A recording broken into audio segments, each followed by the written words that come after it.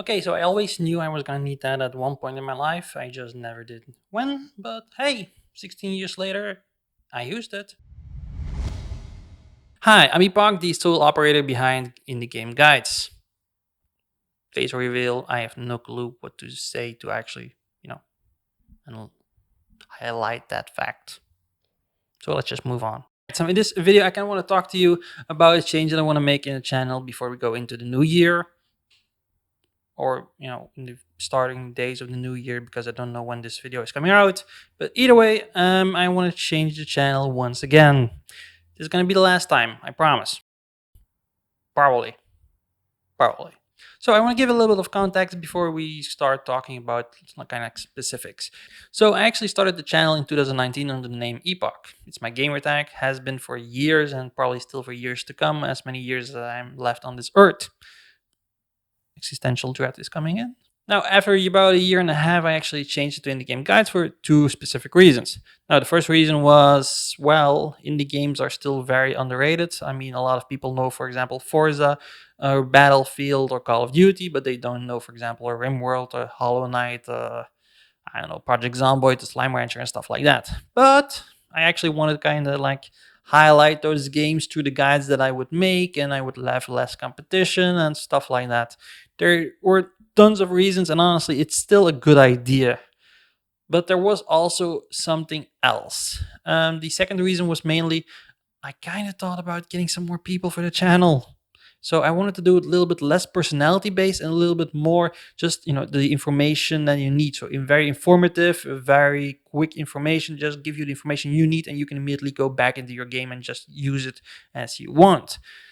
But honestly, getting those people, it's easier said than done. So basically, little old me ended up just being all alone, just once again editing, making the guides, the thumbnails, filming, recording, and just, kind of talking into the mic and everything all alone. And I like doing that. Don't really, misunderstand me on that part. I really like doing that. Otherwise, I wouldn't still be doing it. But the only problem is I couldn't cover the games that I want. Just in like when did it come out, September, October, I was playing Deadloop, and I'm probably the one of the few people who liked it, but I really enjoyed it and wanted to make some guides for it, and I didn't. Why? It wasn't an indie game.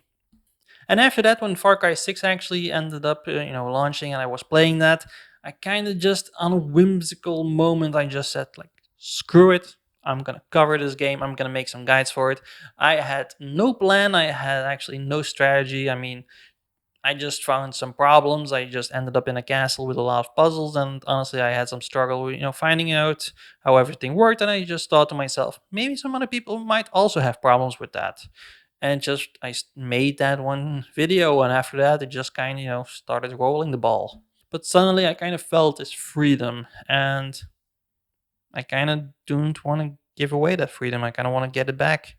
So what this basically boils down to is my channel, who was Epokk, that actually turned into Indie Game Guides, is going back to Epokk. I feel like this video is like that little square on Monopoly that just says, go back to the start. Well, that's basically this. By the way, this room is a work in progress that I've been working on during the pandemic.